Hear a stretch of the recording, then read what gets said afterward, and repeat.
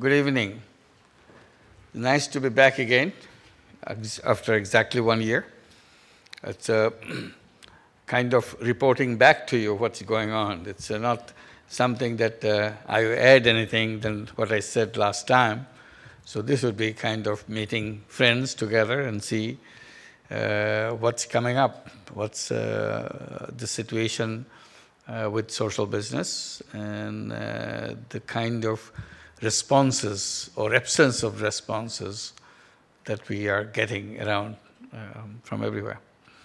So I'm very happy that still your enthusiasm on social business continues. I hope it will get stronger, and we'll have more to learn from each other, because whenever a social business is created in one place anywhere in the world, is no longer a local experience.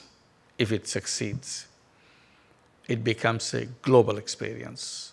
Because whatever problem that you are trying to solve in your part of the world is the same as a problem anywhere in the whole world.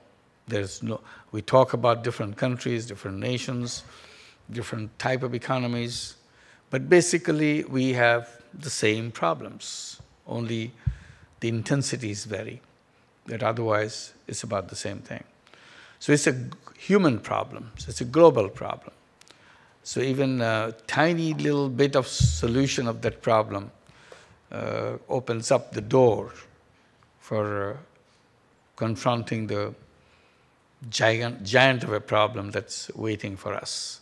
So it's not insignificant, no matter how small that is. I hope some of this will take place here also. Some of you who are not familiar, I'll just briefly mention that about Microcurrent, that it began some 37 years back in one village, lending tiny little amount of money, as you have mentioned, $27. And at that time, we had no idea that this was anything but a local problem, which was just trying to solve that little local problem. And the local problem was of loan sharking. Loan sharks giving tiny little money as a loan to poor people in the village and literally take full control of their life by doing that. And a very exploitative system. In a way, you extract everything from the borrower because he or she took money from you as a loan. So this kind of connects you with their potential, with their capabilities to exploit them to your advantage. That's what loan sharking is all about. And loan sharking existed all over the world. Still it does everywhere. We have taken it as a part of our life. We have not challenged them. So in my situation, I thought, my God, this is such a tough job. This is to looking at this horrible, ugly experience that I have in this village. Suddenly, the idea that came to my mind was, the problem may be tough, problem may be very complicated, very deep-rooted, but the solution for me is so simple for these few people in this village. I don't have to worry about other parts of the world, other parts of the country. Why don't I solve the problem of these few people in this village? And it's such a doable thing. The idea that I have in mind, why don't I lend the money myself? If I feel the other people, the loan shark, is doing such a terrible job, I can remove them from this few people by stepping in and lending it myself in a very reasonable way so that they are not exploited. So that's what this $27 is all about. I said, okay, here it is, the money. It's from my pocket. And I gave it to them. I didn't realize that it will create such a sensation in the village because I have disrupted something which was century-old system that's going on. And everybody wanted to take more money from me because it's so easy to take the money from me because they remain untouched and they remain unlinked with the loan sharks. And I kept on giving money from my pocket and enjoyed doing that. I didn't feel that I'm losing anything. I felt that I was gaining something. And when people looked at me with astonishment that somebody is doing something with them, giving you a feeling that you are some kind of an angel, the way they look at you. And I was even kind of joking with myself. I said, for $27, if you can become an angel, if you give another $27, you'll become a super angel. Why don't you do that? It doesn't cost you much. And that's precisely, it's a fun thing, it's enjoyable. You feel that you are liberating them from the clutches of the loan sharks. So that was the beginning. And then when it was getting bigger, I thought maybe I should link them with the bank. And bank will find it very exciting to do this, as I'm feeling excited about it. So I went to the bank, and bank fell from the sky. They said, no, it can't be done. The more I argued with them, the more they said it cannot be done, with the sound of finality. That is, you cannot even question that aspect. And I get very, very agitated because they were saying in such a finality that you cannot do anything. I said, no, you should do that. And I started challenging them. I started telling them, look, you create a very funny institution. Your institution, which is known as a bank, is supposed to lend money to people. But you do very strange thing. You give loans to people who already have money. And you don't give loans to people who don't have money. That's a ridiculous thing to do. To me, it looked ridiculous. For them, they looked very perfect. They thought it's a crazy thing to say something like that. But I kept on saying that. I still keep on saying that. It never stopped because still the banking system remains the way it always was, lending money to people who already have lots of money and refusing to lend money to people who don't have money. And their argument is, these people are not creditworthy. You cannot lend money to those people. And I have demonstrated, unknowingly, going in a kind of a stubborn way to do something like that, and it worked out well. They are creditworthy. Now, when all those financial crises and everything came, I kept on saying, why can't the journalist come and tell me, or ask me the question, tell me who are the creditworthy people? And I'll tell, these are the creditworthy people, the poor people, because they are paying back. Still, even in a financial crisis, it is the rich who are not paying back. So if you're looking at the world situation, who are creditworthy, you'll be pointing out to the poor people. They are the one who is creditworthy, not the other way around. So he kept on expanding, and the idea became very popular. It copied around the world, and that's why this 150 million people had the opportunity to borrow money from microcredit institutions and all that. And there was a controversy in the United States whether this idea could be applied in the United States. I always insisted, why not? It is the same thing. What we do in the village of Bangladesh should be equally applied in the United States also. And the argument on the other side, from the US side, was, no, this is a different society, these are different people. It's not easy to lend money to people in this country because here you don't need that kind of money. It's a small money that you said. I said, that's what you said. But once you go into it, you'll find out how much vacuum you have left in the whole system because of the way, very strange way we have created the banking institutions, which leave out enormous gap in providing the service. So we were challenged to do it, and we started in 2008 in January. Now we have 6 branches in New York City. We call it Grameen America. We do exactly the way we do it in Bangladesh, lending money to poor women. And now, after 5 years, we have over 12,000 borrowers in New York City. all women, 100% of them women.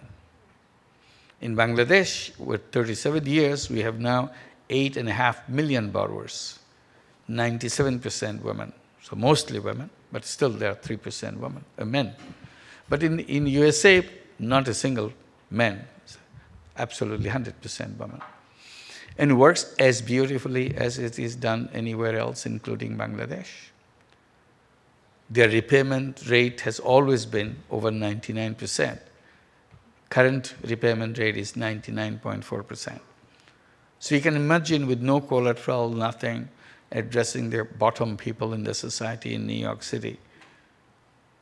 Average loan is $1,500, repayable in 6 months in weekly installments, which are the same elements that we have in Bangladesh. So people saying that societies are so different, Bangladesh is different from USA, USA different from Europe or some other country or Africa or some other place, is only in a superficial way. Basic human being is the same. There's no difference. Then why do we talk about all those differences among people? I said, it's because of our habit. We emphasize on differences. We don't emphasize on similarities. So I said, if you look around, probably 98% is about similarity among people.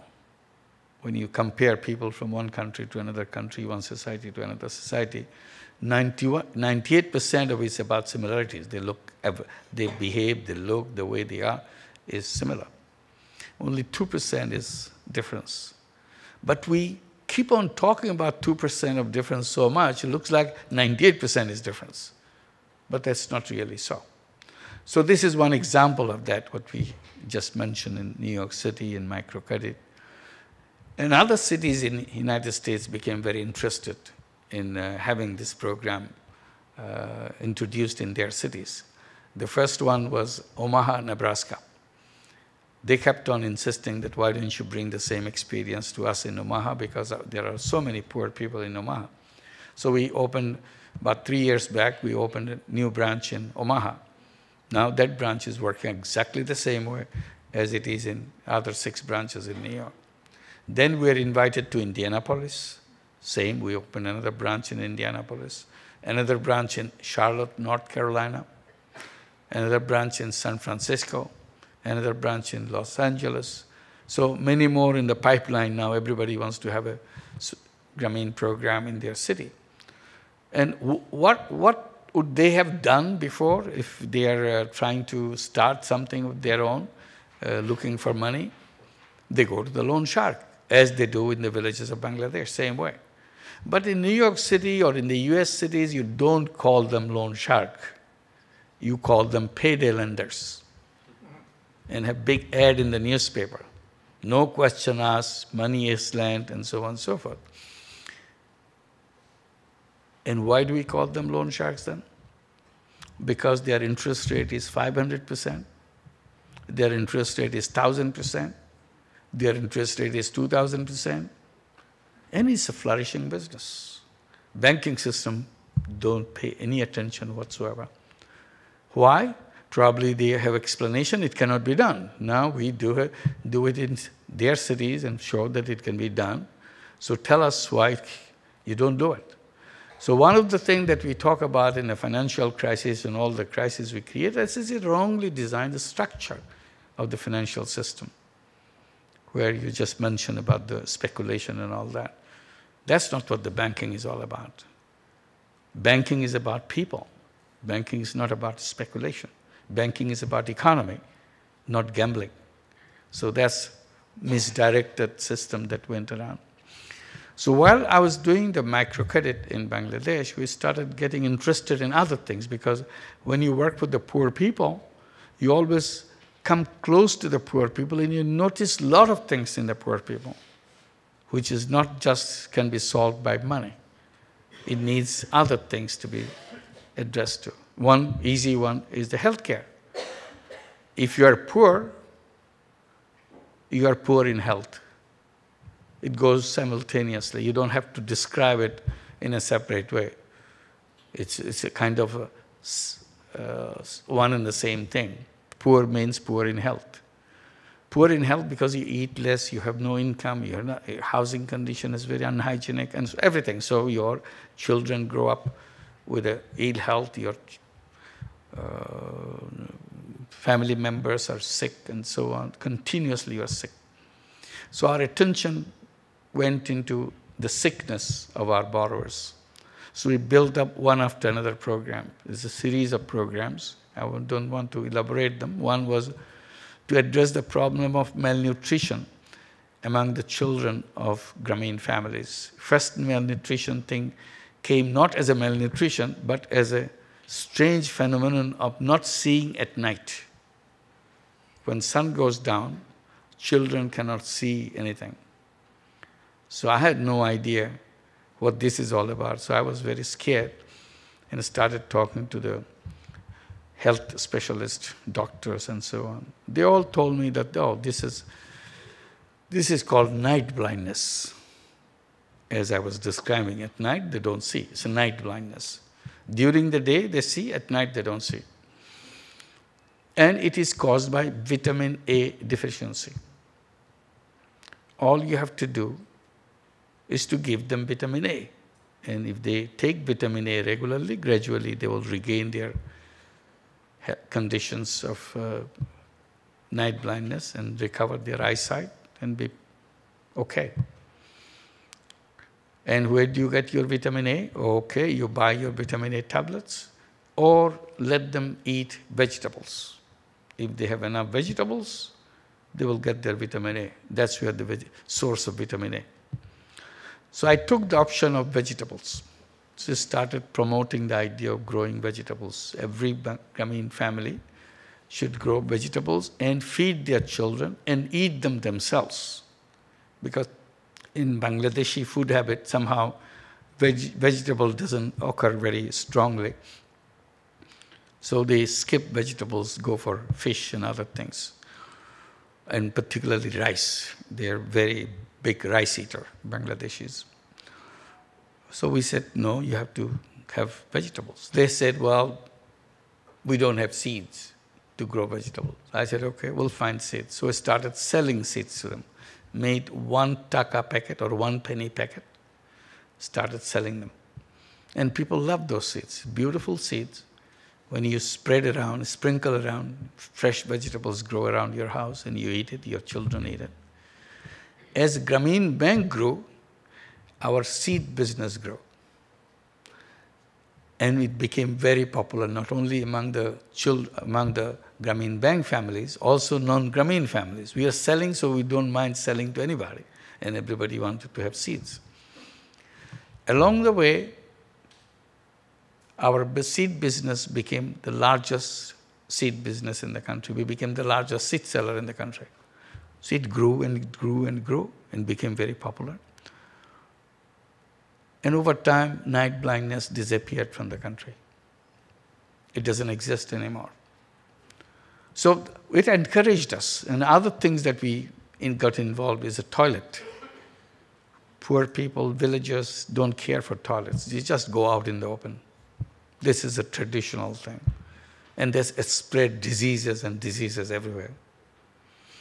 And one of the first things that we said, look, if you want to take loan from Grameen Bank, you have to have toilets. People say, we can't afford toilets, that's expensive.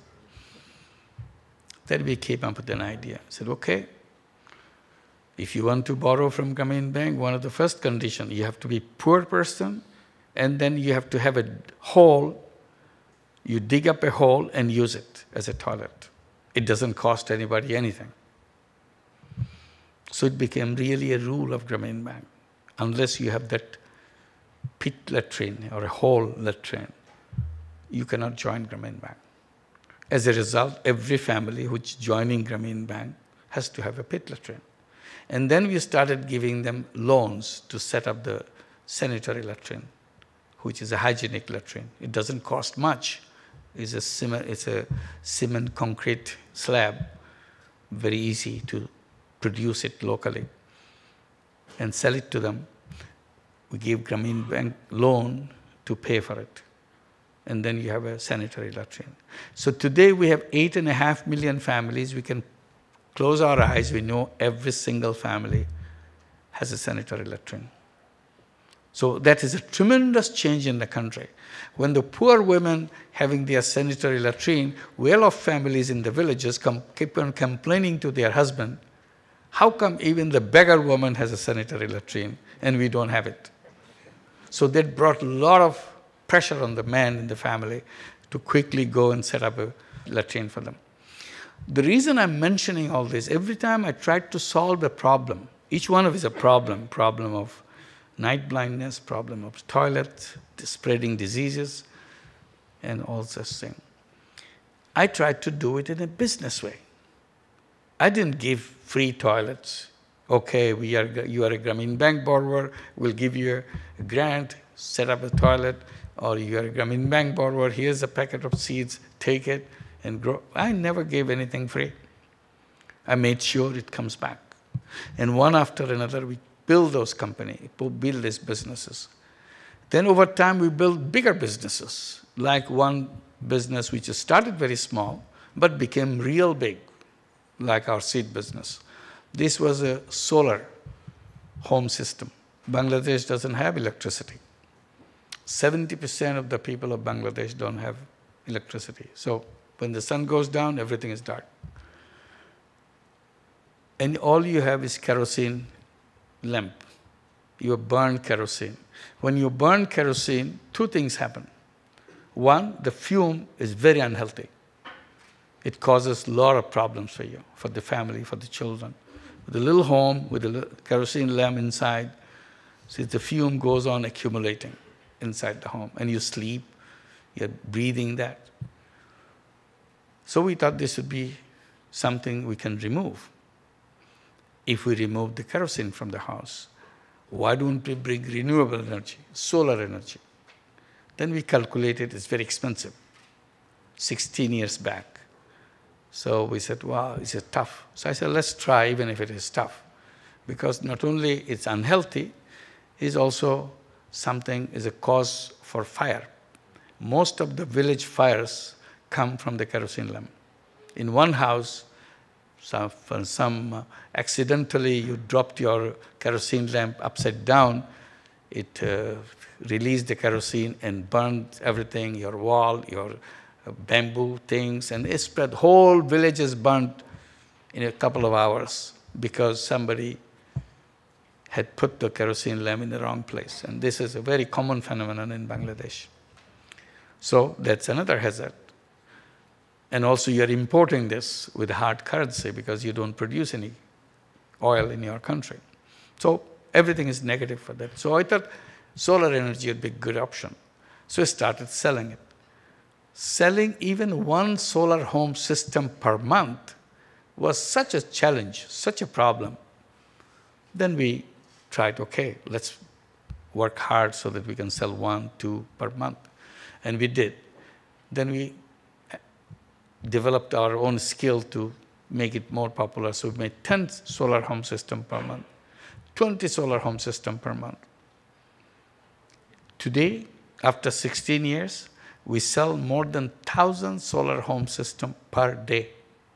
So it expanded. People now become familiar, so every day we're selling more and more solar home systems.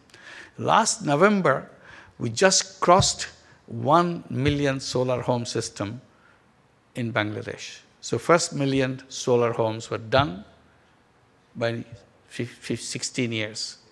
So I asked our company officials, I said, tell me now how long will it take to build the next million solar home system? They said maximum 3 years. Because it takes a lot of time to build it up. Once you build it up, it's very easy to get to the next one. So in the next 3 years, we'll have the second million homes having solar home system. So you don't have kerosene, you have very clear light. And two things happened as we went along the path. Solar panel cost came down because technology improved, the cost came down. Kerosene price went up because the oil prices went up. Today, we don't have to argue with anybody. We just tell them, whatever money you spend for your kerosene, every month, give the money to us, you get your solar system right from today. So over 2 years, you have paid back our money. From then on, it's free. You don't have to pay anybody. You have your own electricity generating. You have your own power station right here in your home. And that's it. And people loved that idea. And then two things. Another thing happened, bulbs. With LED bulbs, the prices just went down because LED bulbs takes very little energy to give you the same light. Then you have spent so much more on so much more power is needed. So LED lamp made it very cheaper. Where you needed more expensive panel, now you need less expensive panel to do that. So it became another advantage. And it continued. And then we focused on stove, cooking stove. Cooking stove is another kind of disgrace for us in many countries. Because, again, for the same reason, it creates fume. You inhale it. Mother, the woman in the family, inhales it because she's the person cooking all day for the family. And family members always love to eat. And she's busy cooking for them. And she's inhaling all that. And one of the major cause of death in Bangladesh is respiratory disease for women. It's very common, coming from cooking. So we are concentrating on replacing the traditional stove by a very simple, newly designed cooking stove. Very efficient, takes a lot less fuel wood for cooking, and it doesn't give any fume. In the past, many attempts were done by the donors, giving free cooking stove to people. Never succeeded. They just leave it there. You still use it for the old one because they are not familiar with the new one. So it's lying there probably doing something else, which has nothing to do with cooking, because it was given free to the family. So we said, forget about free. We'll sell them. When you sell, you have to convince people that it is something good for you. And they have to see the result because they are paying for it. Otherwise, they will not pay for it. Now they're buying it. Again, it's becoming very popular. And we want to address all the families in Bangladesh to replace the old cooking stove, replaced by new cooking stove in a business way. When I did continue to do that, we built company after company, more than 60 companies. And people ask me, why do you create those companies? You must be making a lot of money. You have so many companies going on. Then I look around, I said, no, I don't make money because I didn't create these companies to make money. Why did you create that? Then I looked around, I created them to solve problems. Making money out of this business never entered my life, in my mind. I never had that. So I was not even aware that I was doing something different. Only people reminded me by asking the wrong question. You must have a lot of money. I said, no, I don't have money because I don't take any money from any company. Then their question, if you're not making money, why are you creating those companies? People create company to make money. I said, it may be true for others, but it's not true for me. Then I realized that it is not included in the economic theory. Then I started saying, again, big things. I said, well, we created the wrong kind of world because we created the wrong kind of conceptual framework. We are following the conceptual framework which is designed by economic theoreticians, and we follow them. We trust them, we believe them. And as a result, we created a world which is not doing the right thing. In that theoretical framework, we are told business means business to make money. So we created a world which is a money-centric world. We are chasing money all the time. More money you make, the more successful you are. As if there is no other thing in life. I said, is this why people were created? Is this why people came to this planet? Chase money? And there is nothing else to this life? I'm sure life is much bigger than just chasing money. I said, one thing that economists did, they misinterpreted human beings. They interpreted human beings as money makers, profit maximizers. And they told it's a rational behavior. I said, I can tell it anytime. I said, human beings are not robots. Human beings are not money-making robots. But the theory made us into money-making robots because there is no other role for us. I said, that's where theory went wrong. And theory pushed people to fit themselves into the theory. I said, again, that's a shame.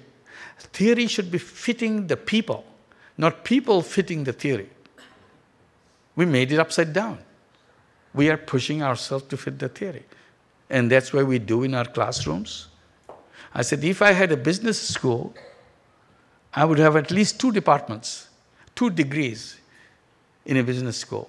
One degree is a regular MBA, where we teach our young people how to go out and join a company and make more money for their shareholders.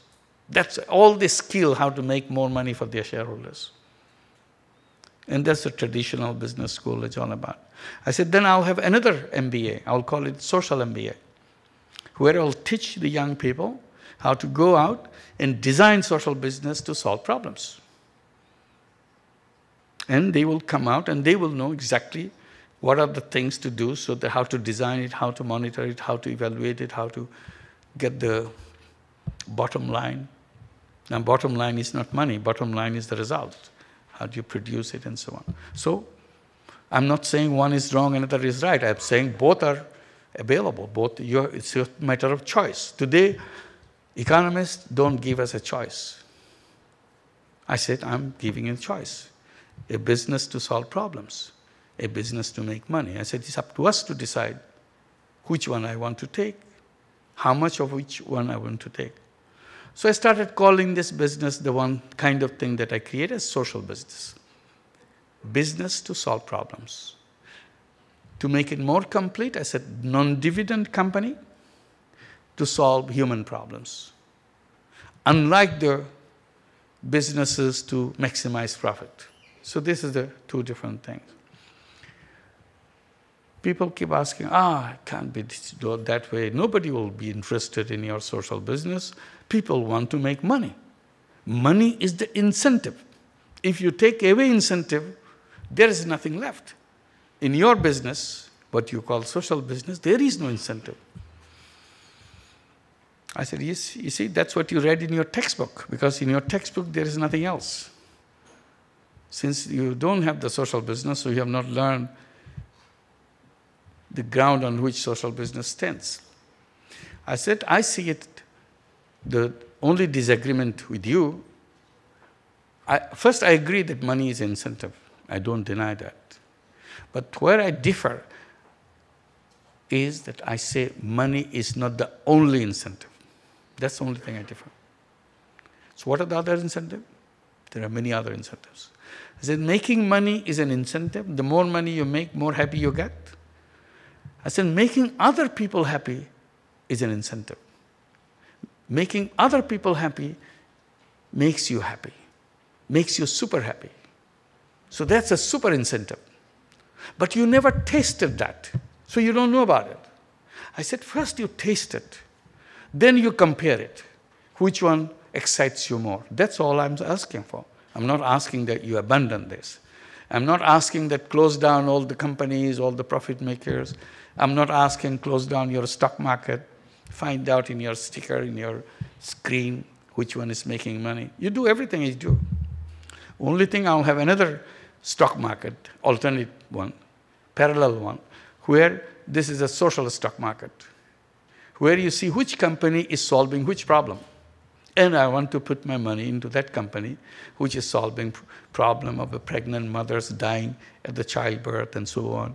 Or somebody is dying because she's cooking in the old style cooking stove. The company is going around selling new cooking stove. I want to buy some shares of that company so that they can bring more of those stoves to more people. That's all. So I have an option. Whether I want to make money for myself, I'll go to that stock market. I want to put money into this social stock market to solve problems. So it's a choice. And I said, I'm not taking away. Like if you put all the ideas of the world how to solve problems, there are thousands and thousands of ideas of solving problems. And if you put all those tools in a box, this is a toolbox for solving problems. I said, when I bring social business tool, I'm not saying that throw away all other tools, only tool you need is a social business. That's not what I'm saying. I'm saying keep all the tools that you have, don't throw anything. But all I'm saying, add this new tool in your toolbox. So this is an addition. It is not throwing up anything. If you think about solving a problem, try this one also. If you like it, you'll use it more and more. That's all. I'm hoping that you'll use it more and more. So this is not disrupting anything that you do. It's simply adding one more tool to solve problems. So now this idea is spreading. Many countries are doing that. And rich country, poor country, all kinds of countries are doing that. And many multinational companies are becoming interested in doing that. So we created joint ventures with Danone to produce yogurt to solve the problem of malnutrition in Bangladesh. This is a social business. Danone doesn't want to make money out of it. They're happy that they're solving malnutrition problem. Children are getting healthy because of this yogurt. So this is one type of joint venture. And we have joint venture with Veolia, which is a water company, again a French company, to bring clean water in Bangladesh in a business way, but not for making money for anybody, to solve problem in a sustainable way. We have joint venture with Adidas to produce shoes, very affordable, under €1. Adidas shoes under €1. So that's a social business because many of the diseases come through the skin of the feet. So many in poor countries, you'll see people with this bloated stomach, filled with worms, came through the skin of your feet because you're barefoot. So we said, why don't we produce shoes, very simple, very durable, attractive, cost very little.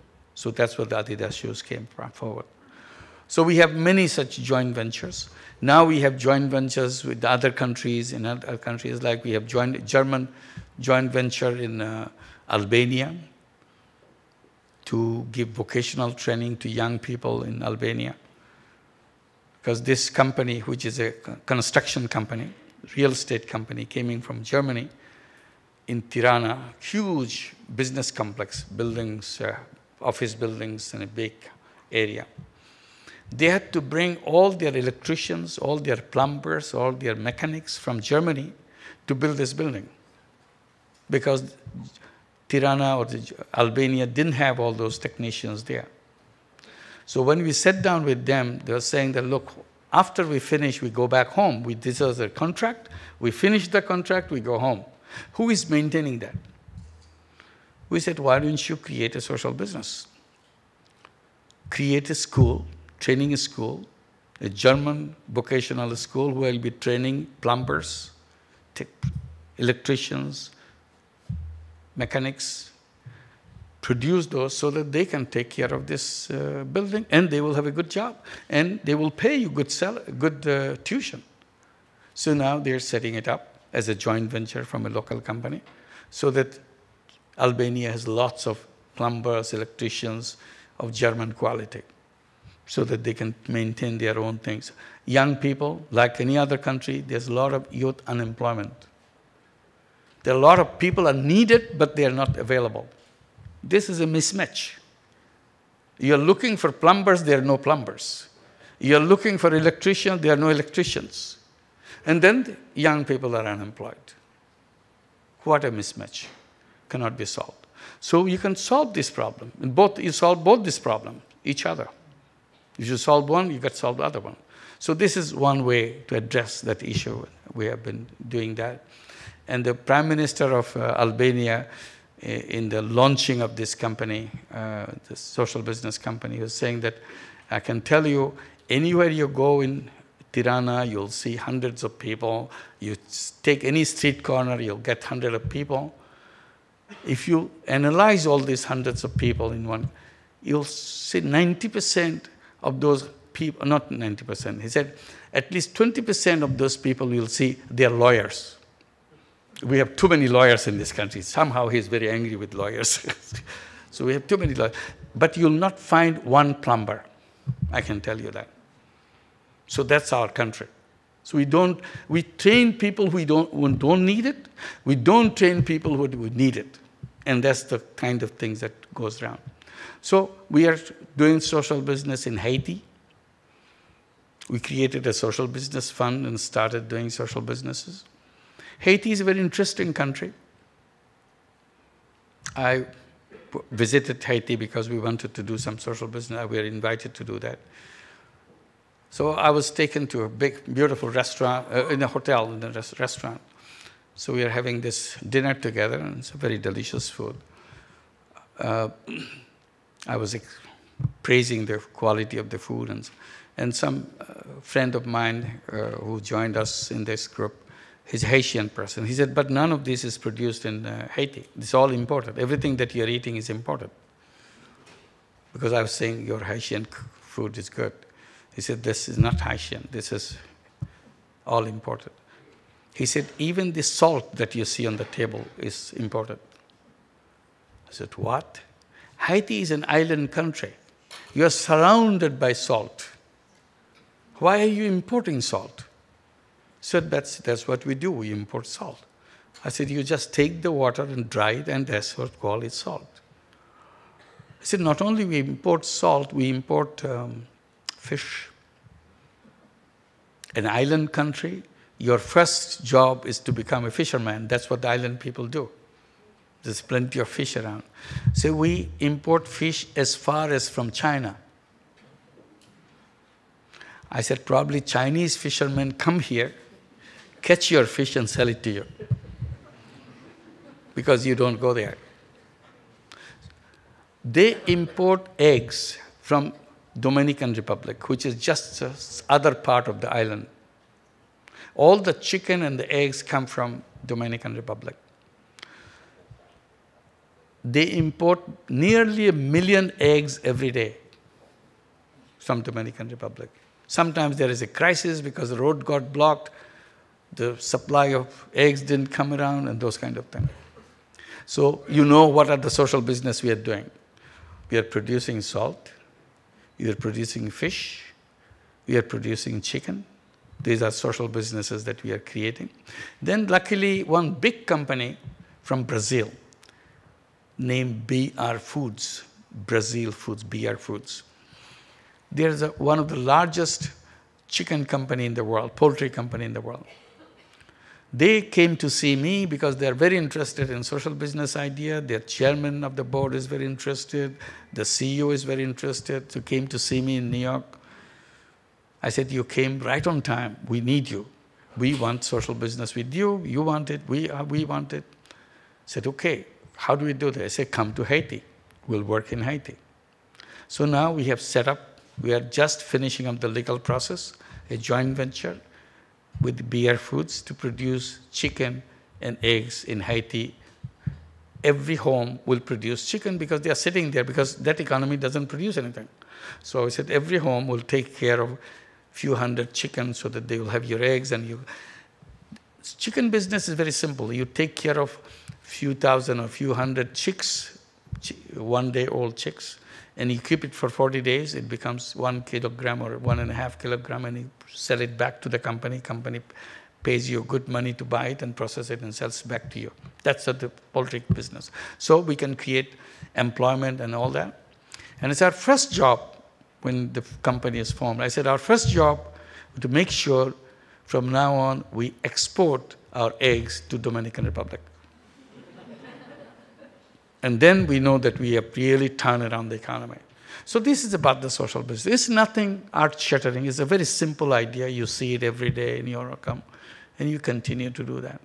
And you start solving problems. The last point I want to make, human beings have enormous creative power. Enormous technology in their hand. Who uses this technology? Who uses this creative power that we all have? Businesses use our technology. Businesses use our creative power to make more money. I said, or if we could use this creative power, use this technology to solve our problem, none of this problem will ever exist. This will disappear like this. We didn't have the mechanism to connect this creative power to solve problems, because we always tried to solve the problems, human problems, by charity, by giving donations, by giving handouts. So we got stuck in that. Charity is a wonderful concept. It has solved a lot of our problems, but it has a serious limitation. Charity dollar goes and does a wonderful job, but it doesn't come back. So it has a one-time use. So if you want to do it again, you have to find fresh money to do it again. And then again, you have to do that, bring money, do that.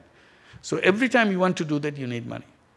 But if you design this as a social business money goes out, does the work, and comes back. And you send it back again. So it will do it repeatedly. Same money will work for you again and again and again and again, up to perpetuity, never stop. That is the power of social business. So we want to, the moment we introduce this concept, the moment we get involved in that concept, suddenly it becomes very powerful to address all these problems. And that's what we are waiting for. Thank you very much.